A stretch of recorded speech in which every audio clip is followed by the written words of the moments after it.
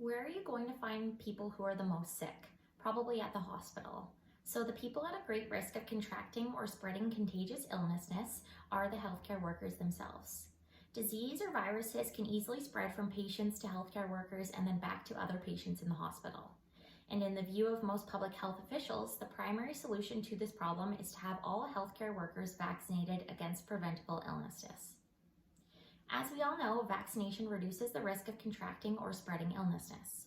Over the past 50 years, vaccination has saved many lives around the world, and some childhood diseases that were once very common in Canada are now very rare because of vaccines. More recently, implementation of mandatory vaccination has caused debates surrounding individual autonomy, informed consent, and religious freedoms. So let's explore some of the ethical, legal, and public health considerations surrounding the implementation of mandatory vaccination. Hospitals have an ethical and legal obligation to maintain safe environments for both the patients and the staff members. These obligations are met through infection control protocols like mandatory vaccination against many preventable illnesses for employees with patient contact. So, when entering the workforce, healthcare workers are faced with the choice of either becoming vaccinated against these illnesses or seeking employment elsewhere. Should healthcare workers have less freedom than others to decide what health risks they choose to accept? Should entering the nursing profession make a person's rights and opportunities less than that of others? Unfortunately, vaccine mandates have the effect of driving some people away from working in healthcare for these reasons. Now, this is not something new for us living in Ontario, as mandatory vaccination is something that has been around since we were children. Children who attend school in Ontario must be vaccinated against illnesses such as diphtheria, tetanus, and polio, among others. But under the Immunization of School Pupils Act, children do have the right to be exempt from immunization for certain approved medical concerns or religious reasons. But in the face of emerging infectious diseases like COVID-19, mandatory vaccination is the best tool for quick and effective disease control, prevention of outbreaks, and protection of vulnerable populations. In my lifetime, I have never experienced a pandemic claiming the lives of so many people, and as a result, the best option to protect the public was to create and enforce the vaccine mandate for all.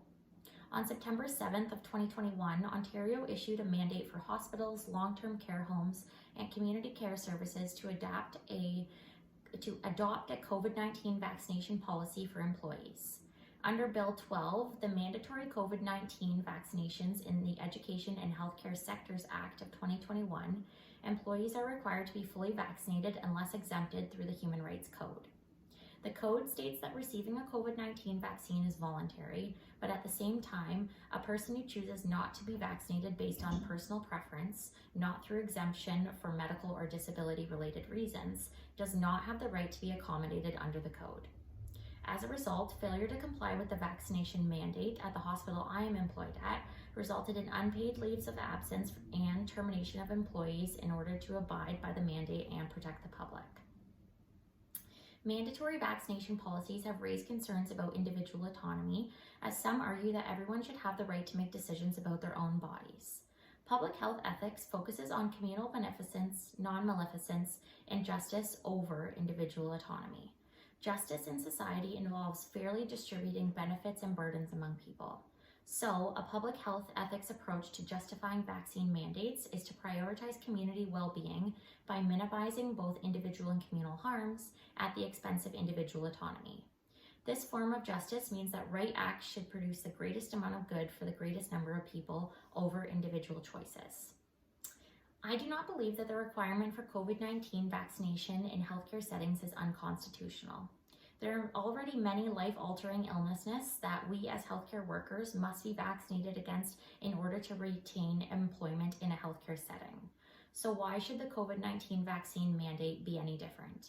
I remember caring for my first COVID-positive patient, and although feeling very scared, I felt a sense of comfort knowing that I was fully vaccinated. On the other hand, I have cared for patients who were so sick that if they were exposed to COVID-19, they were fearful that they would not even survive. To put things simply, vaccines save lives and have saved more lives in Canada than any other intervention in the past 50 years. We cannot care for others when we are sick, our hospitals cannot accommodate more patients, and in order to protect ourselves and our patients, we as healthcare workers should continue to be vaccinated against all life-threatening preventable illnesses.